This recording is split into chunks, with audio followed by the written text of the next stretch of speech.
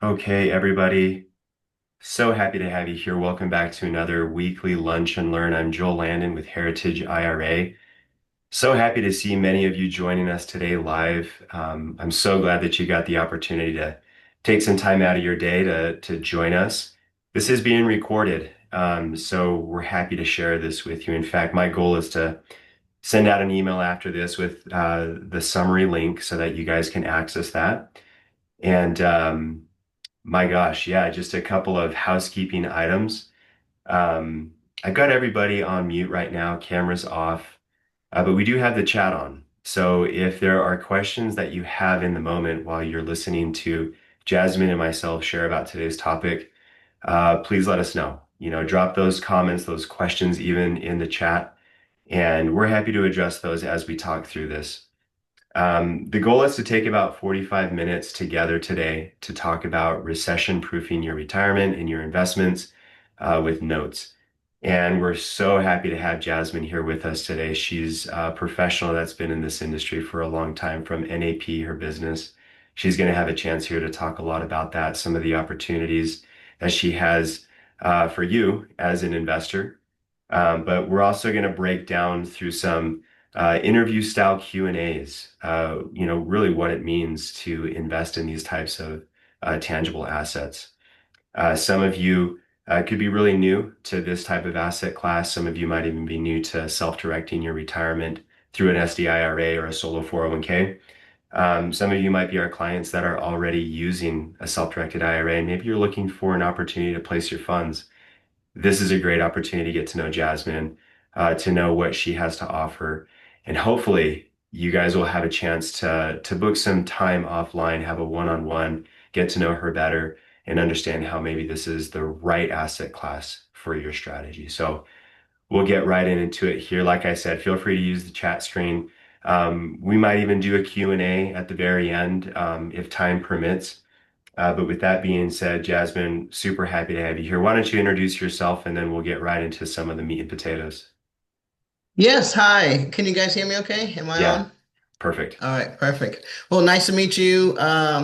This amazing audience of people who are ready to think outside the box and take this economy head on.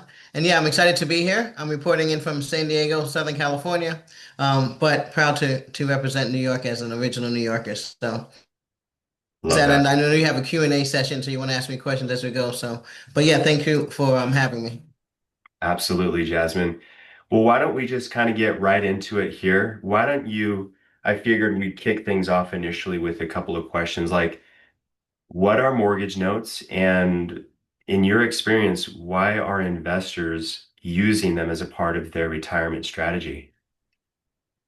Oh yeah, excellent question. So it's two layered. So one of mortgage notes, obviously we can get into that very extensively. There are books and courses. As a matter of fact, I have a course I'm doing a master class in Houston in April on that exact topic. But in short, the best way I like to explain it to people, if you're out there, if you own a home and you have a mortgage on it, and one day you get a letter in the mail saying to please start sending your payments elsewhere, that's what mortgage note investing is. Someone has purchased your mortgage and it's decided that that income, which is your principal and interest that you send in, right, is good for passive income for them. And so they have discovered this as a tool to be one of the most passive forms of income you can get. And so if you think about it, mortgages is top priority for people. A lot of people, when they file bankruptcy, it's to protect their home, right? When during a recession, they want to protect their home. This is what they save their money and cut other expenses so they can protect their home. So it's considered one of the safest forms of passive income. Okay, very cool. So how does NAP get involved?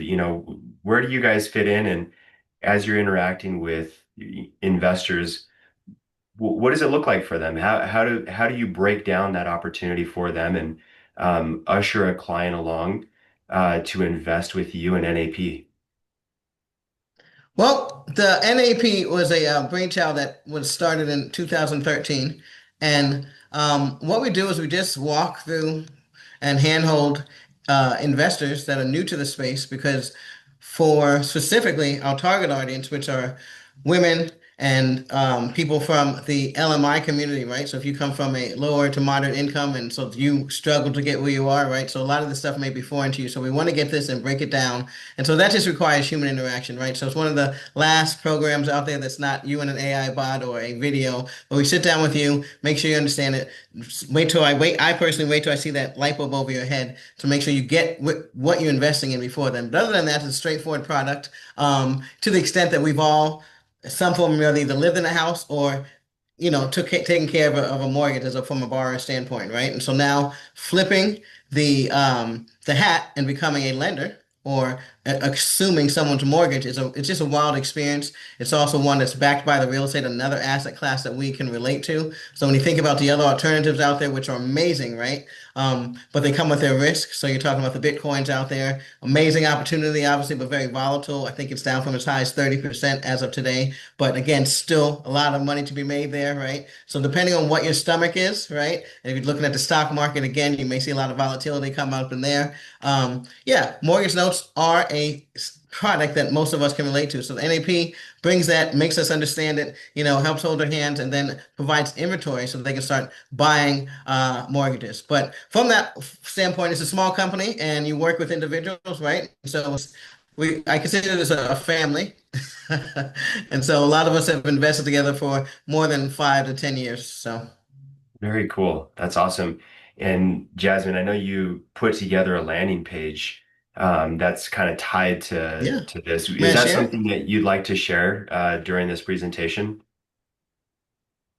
Yeah, I'd love to share it if I can share my screen, but I want to follow your instructions too, so I can also just share it in the chat. But yeah, I put together a small presentation that and we can scroll through if you like, but I just put in the chat, so you guys are welcome to scroll through it as we go through this as well. Yeah.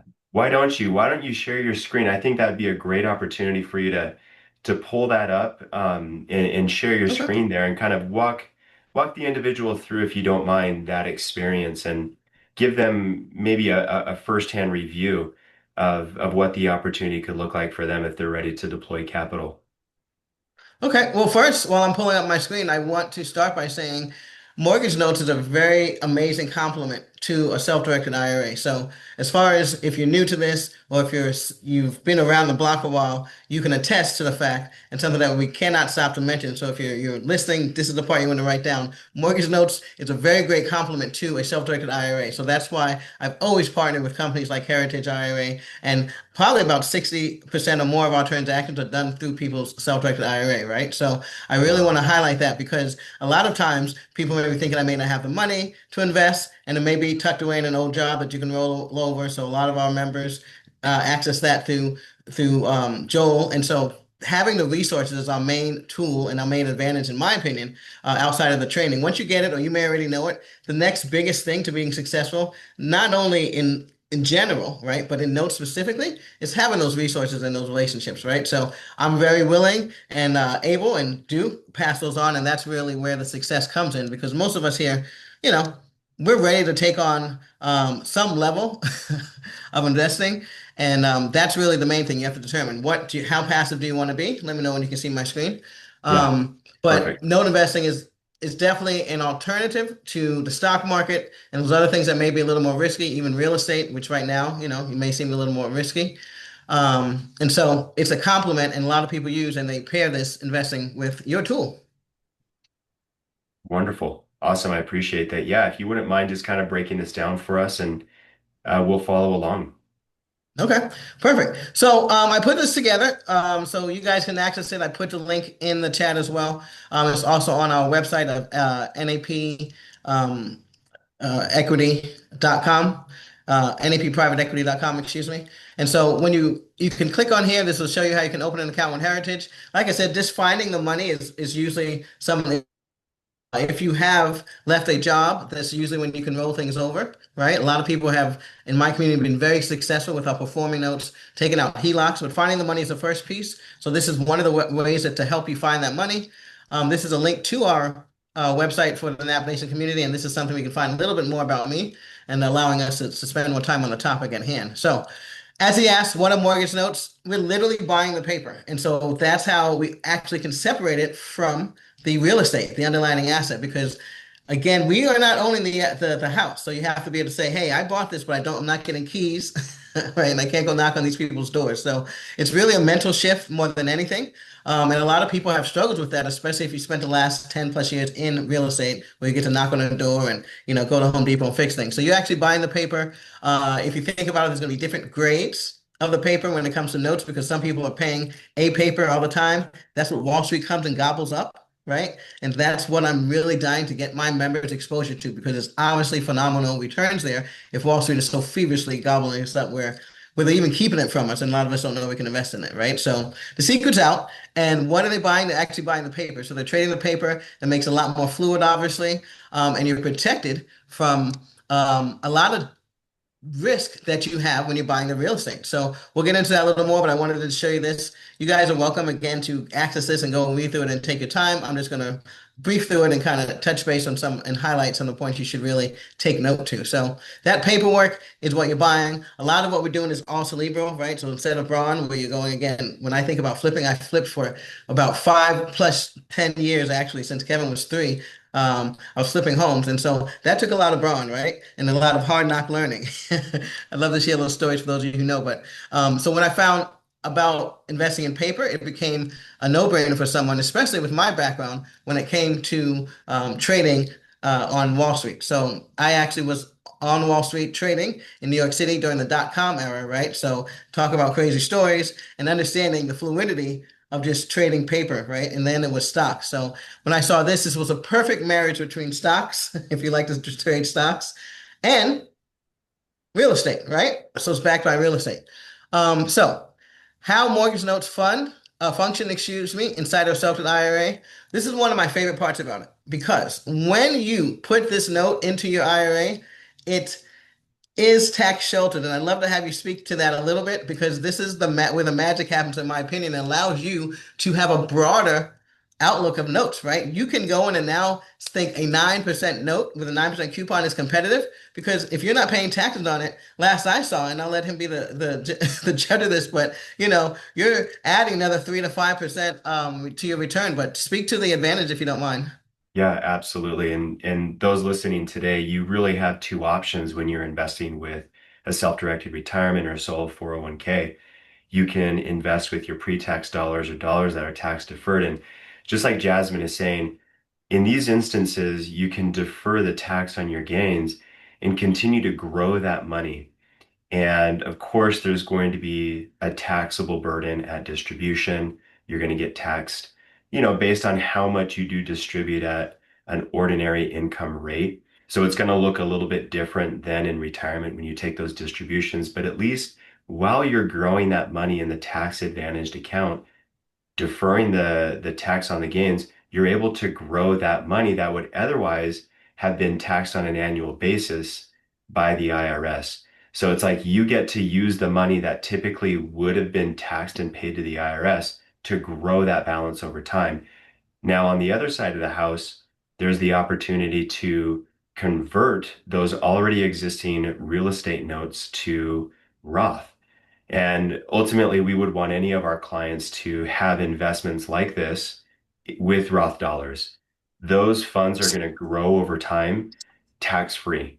And at distribution, you don't have to worry about any of the taxable burden at that point. So it's a really powerful tool when you're using an IRA to either invest with pre-tax money or Roth money or a combination of both. And again, you can make those conversions over time. So Jasmine, did that kind of help illustrate that point there for you?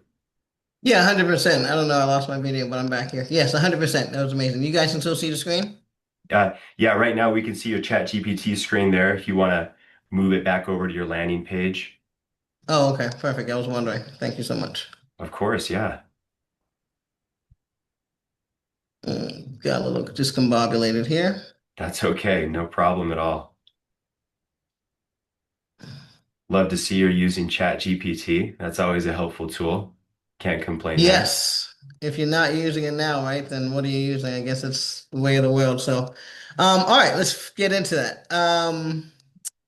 And actually, it's amazing that you mentioned that because one of the things we talk about in the training class that's going to be in Houston in April is how to use ChatGPT to help you analyze notes, right? This is an amazing tool, right? I'm using this thing for reasons that I never thought I'd ever used them before. So, for those of you who may be, intimidated by the math behind investing in alternative investments, ChatGPT for sure. All right, so getting back to how they function inside of it, you they are the custodian. So they're the ones that take in the note, right? And it's going to be under their name. So they create an account under you. So he's again going to be explaining more into that. If you want to know more about it, go ahead and schedule a call with him.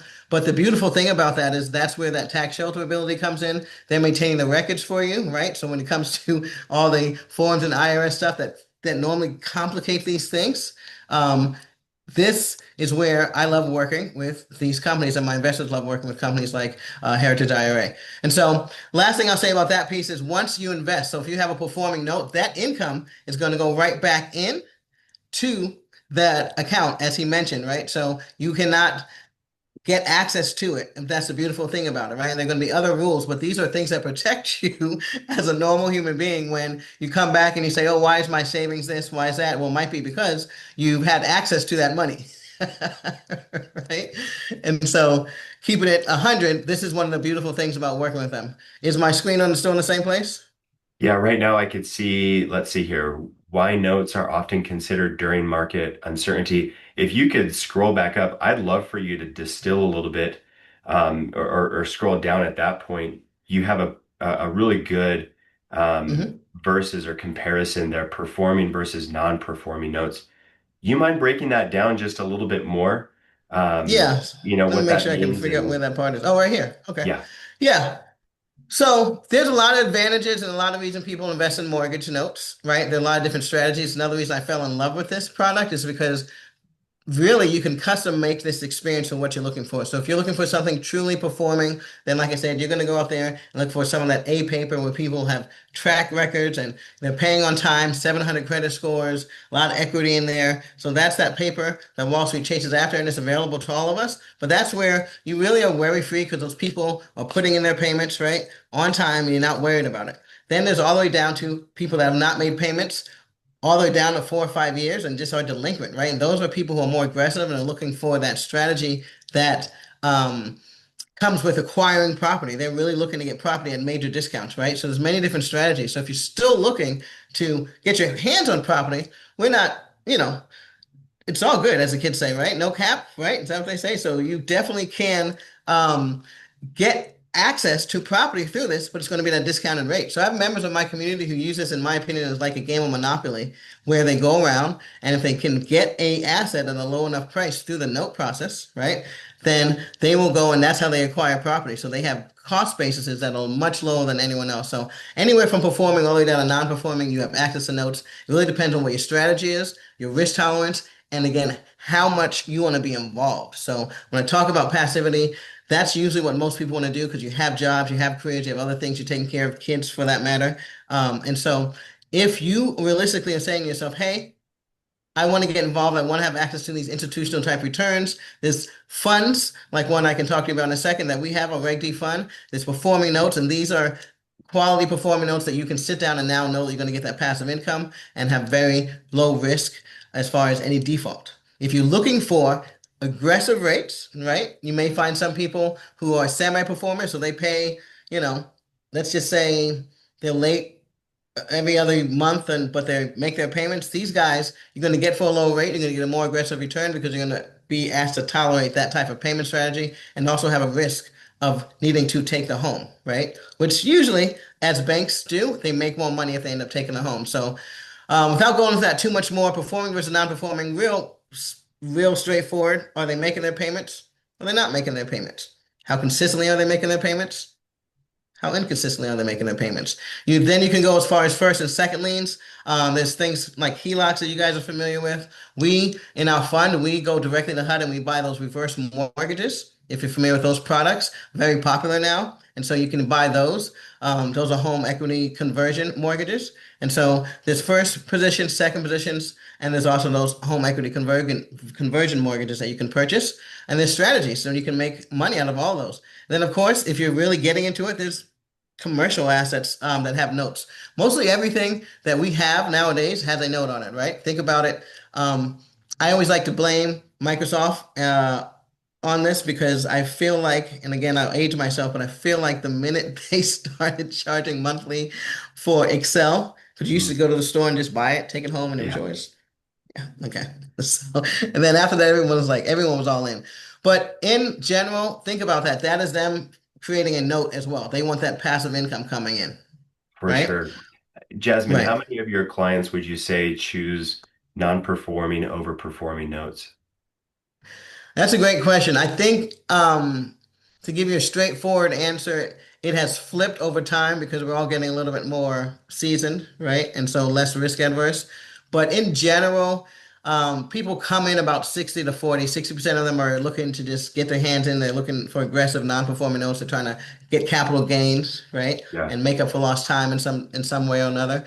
Otherwise, the other 40% are coming. They've got some retirement saved up. They just need to preserve it, protect it, and grow it steadily. And so this is some of the things that we specialize in bringing opportunities then to get you aggressive, right? And so this will show you some of the average numbers behind these notes, right? Average monthly payment. Again, if you're buying a note in California, it's going to be a lot more expensive, but your payments monthly is going to be what, $4,000 or $5,000 a month, right? Yeah. If you're buying something in Oklahoma, which is where we bought a lot of stuff in, some of these payments are sitting around $500 a month, right? So it's all going to depend on what your purchase price is. But on average, the interest rates typically range from between 6 and 12%, right? And then, like we mentioned, your IRA receives this income automatically. And so note terms are about 15 to 30 years. So do you have to hold the note for 15 to 30 years? No. No, ma'am. Right? So, We have Yeah, go we ahead. have currently, Jasmine, many of our clients that are investing in these performing notes, in these non-performing notes. And I love that you highlighted the payment structure. Um, Hmm. so many of our clients have designed and worked with companies like yours to put all of this together initially, and then they just Hmm. kind of forget about it. And over Right. time, their initial investment could be a Roth investment. Let's say they purchased a note at $50,000, $100,000, and just steadily month over month they watch that balance grow over time tax free, just like you've illustrated here. Now for those clients interested in maybe 5 years down the road, they want to walk away from holding Hmm. this asset. What do their options look like? Is that something that you are going to get into a little bit later? I don't know if I'm No, that's rushing. fine. Tell me the Curious question about one more that. time. Just very curious about the client who may be sitting on this asset for about 5 years. They've had that Right. monthly steady income. What are their options if they wanted to liquidate? Yeah, that's an amazing point because you hit the nail on the head. Obviously, it makes sense just from what you're saying that you do have a lot of people investing in mortgage notes. The average time a person holds a note is about 5 or so years. Same with the banks. Banks don't hold these notes. You ask why they sell them. If you do the math on it, they're going to only hold a note the most 3 to 5 years before they want to sell it. And that has a lot to do with the amortization schedule and all the interest that's collecting. It's going to make sure that their principal has not eroded so they can again sell it, right? And so getting that liquidity back is what the banks need to do because they're looking to move their money. That's their nature of their business. And some of us may have life events that come up, and or like he mentions, maybe ready to liquidate. And so this is a very liquid market. However, you have to know where the markets are, just like anything else. So I was really surprised when I first got into this. And this was, again, now talking on, 10 plus years ago. But I was surprised even then how many buyers and what the resources were and where you can get rid of these notes, right? So our community obviously loves to buy from within.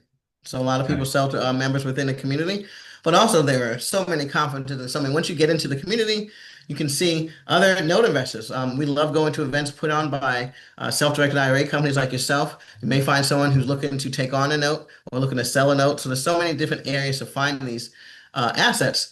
And yeah, about 5 years is about the average time frame that people hold it. And that kind of correlates if you think about the other thing.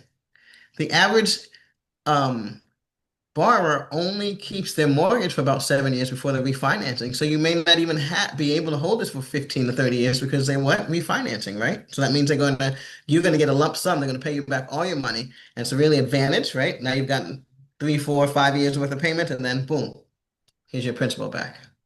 I may be jumping the gun here, Jasmine, but just a No. clarifying question. What's the Mhm. minimum amount that I could invest in a note? Does that vary on groups? What does that kind of look like if you don't mind painting that picture? Yeah. You know, the truth of the matter is notes come in all shapes, forms, sizes, and price ranges, right? The real question, the real barrier is access, access, access. Is my friend Tiffany likes to say. I think she's on the call as well. But with that said, just to be direct, yeah, I've seen purchased and sold notes as low as 1,500 all the way up to 850,000 in there. Obviously, I have some for 33 million right now that are on some hotels, non-performing notes, right? So it goes up the whole structure. What I can say again is that this is not a product where you can go and buy, right? They sell in bulk. So if you think about HUD, when we go down to the auction, they require us to buy at least $5 million worth of these assets in order to win a bid. Okay. And so same thing in this industry. So one of the other genius things about, in my opinion, the NAP, the Note Assistance Program, is that once you join, you now have access to cherry pick, right? And it's going to be a lot less stressful than you going out and trying to source your own inventory. Now you've got to know the community, you trust where it's coming from. A lot of times, like I said, you may be buying a note from someone who's owned it for the last 3 or 4 years. So you've got the pay history. You can really be intimate with that asset before you buy it, which is the key. When you think about notes and uncertainty, which is a great way to kind of streamroll into this, but the real mystery about notes is how quality is that borrower? Are they going to keep making those payments? What type of life events are they going to be able to withstand the life events that happen? Not are they going to have life events, but can they withstand the economic environment, their personal environment, and still continue to make those payments? So that's the hard part to figure out, right? For sure. No, I appreciate you breaking that down. That was super helpful. Thank you. Of course.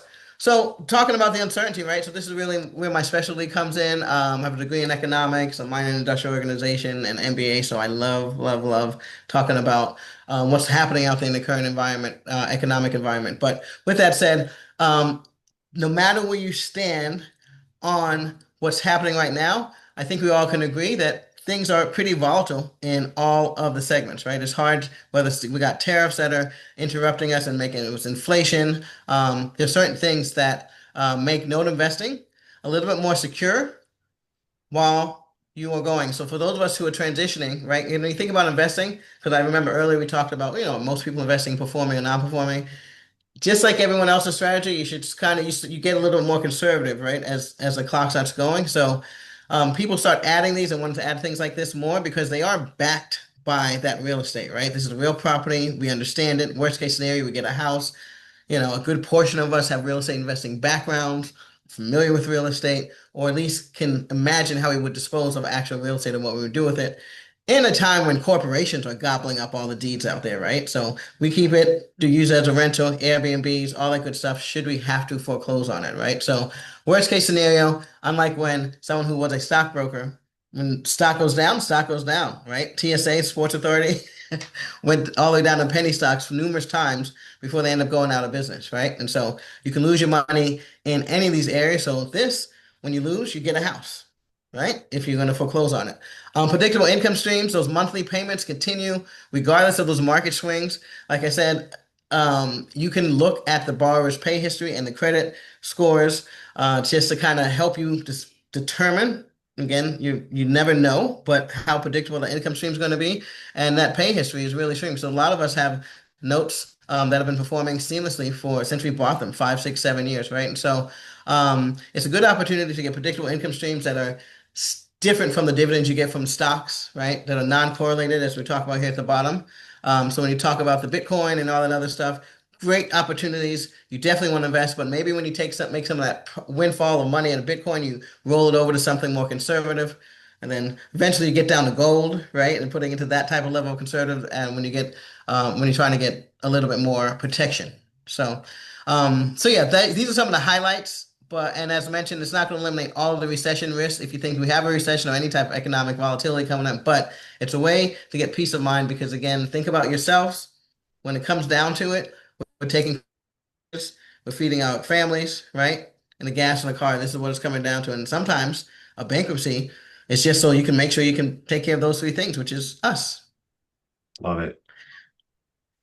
So I want to talk about risk, there, we talked about a majority of these. It's not, at least as far as I'm concerned, it's not good to leave a call without talking about some of the risk, right? It's not all roses. So yeah, the borrower could stop paying. And so usually, especially depending on how long they've been into the mortgage, so that's the key thing, how seasoned is a mortgage, right? If they've own this home for 8+ years, they're less likely going to let it go because there's equity in the house. So you may just have to work with them. You are the bank now, so if you own the note and you're not in a fund, then you can go in and you'll negotiate through your attorney some sort of loan modifications or something that will make it make sense for everyone. But you do have control and a lot of rights, as you see. The banks are always winning out there, so you have a lot of rights that can protect you from that. So it's not that it's not a risk, but it's one that we can address. And once you're a member of the Nap Nation community, you're there for life. So you can always pick up the phone and give me a call and say, "Hey, Jasmine, listen, something came up. I just have really need your advice." So I just spoke to a few members who finally got someone out of a house, and now they took possession of it. And he's like, "Hey, is it time for me to sell it?" Yes, it is. So now he's working on getting rid of that, and then having that windfall going right back into his IRA. The property. What if the property declines in value? Well, the good news is that two things. You've got the law of gravity working for you. And what does that mean in this secondary mortgage market? The law of gravity means that every time that borrower makes a payment, the balance goes down. Balance goes down. So they're paying you and your cost basis is reducing. At the same token, you probably purchased it at a discount, anywhere from 5 to 10%, right? And so you have some equity in there already.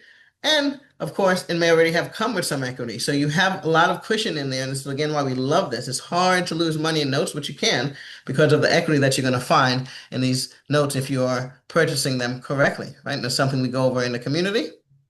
Um, Servicing complications, right? This is probably one of the banes of your existence, if I'm going to be honest with you about being a mortgage note investor, right? It's those third party people, right? Working with your attorneys, working with your servicers. So sometimes you have to go in and, talk to your servicer and find out what they help you with your loss mitigation efforts. So with that said, the person you're dealing with are going to be your servicers and your lawyers, not the borrower. So you want to keep that in mind. And of course, notes have limited liquidity. So what do I say by that? What I mentioned before is that you can sell these things, but it typically is going to take between 30 to 45 days, right? So pretty much the same as a home if you're putting it into escrow. But for the most part, the liquidity being limited really comes about how many other note investors you know. If you are at these conventions, if you know other communities, if you are connected, then you should be able to get rid of these things fairly quickly. So You real know, quickly, I want to Jasmine, jump into what happens if you don't want to do all that, right? If you want income without operations, right? So we have a fund. It's called the RDMO2. We just launched it. There's a new HECM, which is a reverse mortgage auction on February 10th, which we are going to show up with. We have joined forces with PEMCO Capital Management. They have over 12 years worth of fund management and institutional fund management under their belts. And so what does that mean? For the last 12 years, they were only doing fund to fund, so running institutional money through their program. And so now, me, someone always seeking to get institutional returns and opportunities to my community, I was fortunate enough to have a track record to attract a company like this. So now we have our own fund. It's RDMO2, which stands for Residential Distressed Mortgage Opportunity. Okay. And we are buying non-performing notes and reverse mortgages, as mentioned. So if you don't want to do all the operations and you don't want to go through the work yourself, passive income and getting exposure to this is amazing through funds like this. This is a Reg D fund, and you are looking at 9% preferred return and a 70-30 split. So a 70-30 split is where the uniqueness comes in, right? And so, question for Joel, which I secretly, obviously, I know the answer, but the question is, can you use your IRA to invest in a fund? absolutely. Exactly. So this is another opportunity if you're saying, hey, listen, I'm not necessarily interested in looking for a note, sourcing a note, or reviewing it or learning anything. I'm too busy, but I do want access to these type of returns. Then getting into a fund is one of the best ways to do that. And this is the opportunity that we have for our community. You can join the NAP Nation, which we are affectionately called, and invest alongside of us. This is the who, the what, and the why. And so, in my opinion, this is really for those of us. This is part of my retirement plan. My next 5 years going to retire is investing in this fund. So you're going to have an institutional management going in there aggressively. PEMCO has successfully participated in the last 6 years worth of auctions at HUD. So they got the relationships in place. They know how to take the bidding process down, right? So going in with them and allowing them to go and cherry pick these assets to the extent that they can win the bids on them after they put in their offers. And then bring those home to us and then work it out for us for the standard fee is an amazing opportunity. So the other thing about when you invest with your self-directed IRA money, you are supposed to be limitedly involved. And do you mind telling a little bit about that, Joel? Yeah, absolutely. So anytime you're using your self-directed IRA, you do want it to be a passive investment. To your point, you don't want to be involved in the day-to-day operations of a fund like this. So if I wanted to use $100,000 in my self-directed IRA, I want to source opportunities like this, opportunities that are managed by other partners or professionals, that have the 25 plus years experience because if I'm involved in the management of this fund that I'm actually investing my IRA money in, I'm now crossing the line and engaging in a prohibited transaction. They call this self-dealing. So that's why Jasmine and PEMCO and other companies like this develop these opportunities for self-directed IRA investors because they know that there needs to be opportunity for you to go invest in something that you are not involved in, that you're not self-dealing. So hopefully that kind of helps paint a picture there for you, Jasmine, and why these opportunities are so beneficial. Yeah, and of course, I'm sure that brings up more questions, right? More and more questions. So we are having Joel speaking at our Lunch and Learn this month. So you can always stop by, and I'm going to have him specifically talking about QRPs, qualified retirement plans, and the do's and don'ts with those, just for a refresher for most of our community, and then just some new experience for those of you who are considering rolling over and just learning more about, how to do it properly. So just real quickly, again, 9% preferred return. So when you think about tax sheltering that, when you couple that with your retirement money, this is really a good opportunity to get aggressive for those of you who sat down with your financial planner, right? So as someone who was a financial planner, I'm still always encouraging you, sit down with a financial planner. You guys are going to come down and ask you, put together a plan. I'm going to need to hit this amount of money and I'm going to reverse engineer it and need this amount of return. So what you do then is now if you sit down, you're like, I'm going to need a 9% or higher return to meet my goals. Now you know where you're going to get them safely. So this is available for you guys. As mentioned, it's on our website, and I also put the link in there. If you go to NAP, I'll show you that in a second. You can find this, but I'm not going to spend time on the due diligence and stuff like that. You can go and look at that if you're really interested. You may be interested in how they compare to owning physical real estate.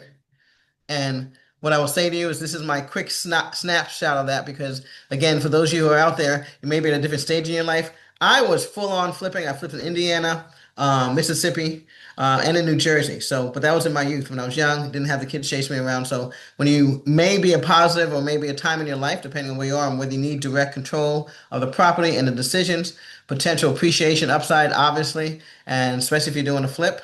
But it requires active management and complexity of your expenses versus, if you seek out a truly performing note, right? So if you're not in the fund and you just get one performing note and you're like, hey, I want something that's really good pay history because I'm not allowed to be involved. I'm not supposed to be, again, with notes, you can't go out to the house.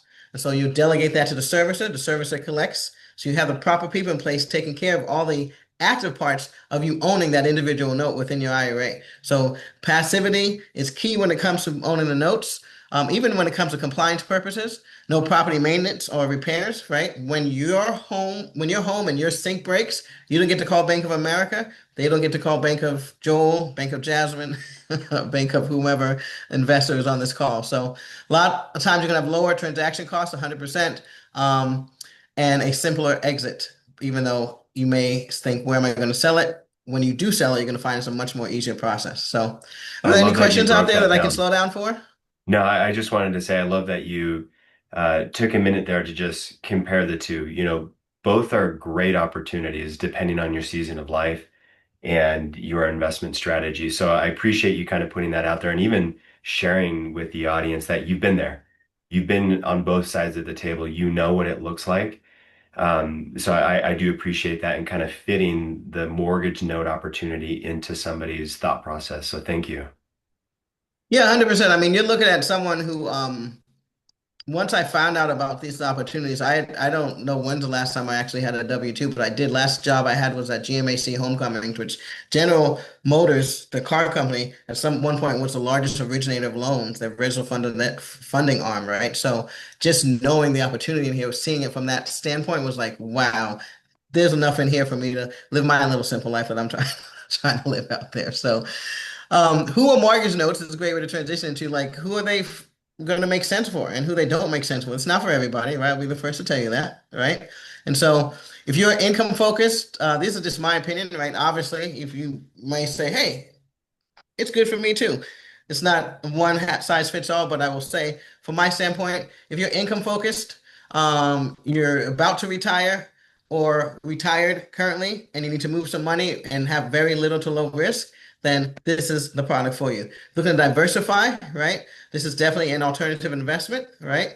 And if you're comfortable with being semi-illiquid, because again, you don't need the money, you just need to park it and protect it, this is that asset for you. And patience, right? If you listen to my podcast, I have a Naked Notes podcast. We're actually releasing a new one here on the 15th called The Notress. But if you listen to any of my podcasts, I'm going to tell you the biggest muscle you need to exercise, obviously in life, without giving life lessons, but even in notes, is going to be your patience muscle. You must be patient because that's what it is, right? You're saying, hey, I want my money to come in consistently and over time. I'm not in a rush. So, I love it. but if you are liquidity dependent, right? You need access to your money immediately. You can't tie it up. You don't need to put it anywhere. Then this is not for you. So I have a lot of customers who live in Texas. So when they get bonuses, they're big, right? They make decent money. So when they get those bonuses, they want to put them somewhere. They don't need it to be liquid. Matter of fact, the less liquid, the better, especially for the next 5 or 10 years while the kids are, 3, 4, 5. If you want to be hands off, right? So if then I would say, and you're unfamiliar with real estate fundamentals, then this may or may not be something that you want to tackle, especially if you're resistant to those things. If you don't have the time to do the due diligence. So if you want to be hands off, then that's where the fund would come in play, right? But much like if you think about if you're out there looking at the the stock markets, or if you're day trading or anything, a lot of these guys are up in the middle of the night, so you have to be hands on here as well. I don't want to mislead you to say that. And if you only focus on like capital gains, right? Then this may not be the best fit for you. So a lot of us have different buckets of money. And so that's why I'd say consider this for that one bucket that's going to be a little bit more conservative. That's it for me. I I want to love make it. sure that I have my information here if you want to get in touch with me. But are there any questions? Yeah, please drop your questions in the chat if you have any. Jasmine, this was super, super helpful while we're waiting to see if we have any questions that do come through. I love that you took the guesswork out of everything. For those that are listening today, it's nice to see where it does make sense and where it may not make sense for an individual or retail investor. So I do appreciate that. And I know you dropped the link to that landing page in the Hmm. chat for anybody to click on right now. Those that are listening, I'd encourage you to pull that up. And, if you're listening to this recording later on, I'll make sure that this is also in the email sent out to you. But go ahead and go through that Perfect. when you have some time so that you can understand even deeper and maybe generate some questions that you can approach Jasmine with in a one-on-one. I did notice that there was a discount there articulated at the very bottom of Yes, the I was going to business. I mention think, that before you left.